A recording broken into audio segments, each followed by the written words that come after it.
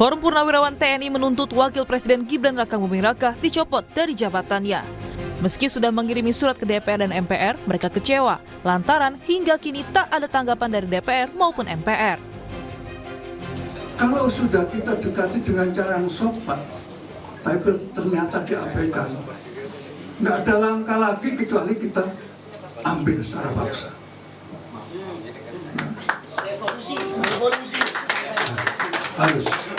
Ya, kita duduk di MPR Senayan sana. Oleh karena itu saya minta siapkan kekuatan. Sebelumnya, Wakil Ketua MPR Edi Suparno menyebut telah menerima surat Forum Purnawirawan TNI terkait usulan pemakzulan Gibran. Namun pimpinan MPR masih menunggu kajian dari Sekretariat Jenderal MPR soal tindak lanjut surat tersebut. Ya, kami juga sudah menerima surat itu. Tentu kita sedang menunggu hasil kajian dari Sekretariat Jenderal MPR tentang tindak lanjut atau permasalahan yang memang menyangkut surat tersebut. Jadi kami sifatnya dalam hal ini menunggu hasil kajian untuk kemudian kita lihat bagaimana kajian yang dilakukan oleh Sekretariat Jenderal MPR. Sementara Ketua DPR Puan Maharani menyebut belum menerima surat Forum Purnawirawan TNI. Namun Puan bilang bakal mengecek kembali dan berjanji pimpinan DPR bakal mempertimbangkan langkah yang bisa dilakukan terkait usulan pemakzulan Wapres Gibran.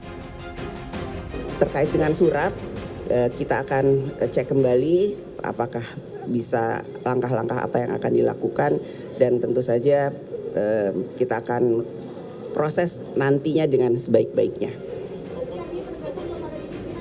Belum ada.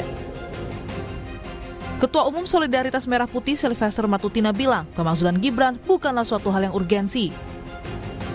Saya sebagai anak bangsa melihat bahwa DPR sudah melakukan hal yang terbaik, terus smart dan juga bijaksana ya, karena memang tidak ada urgensinya dan manfaatnya surat dari para purnawirawan ini buat bangsa kita.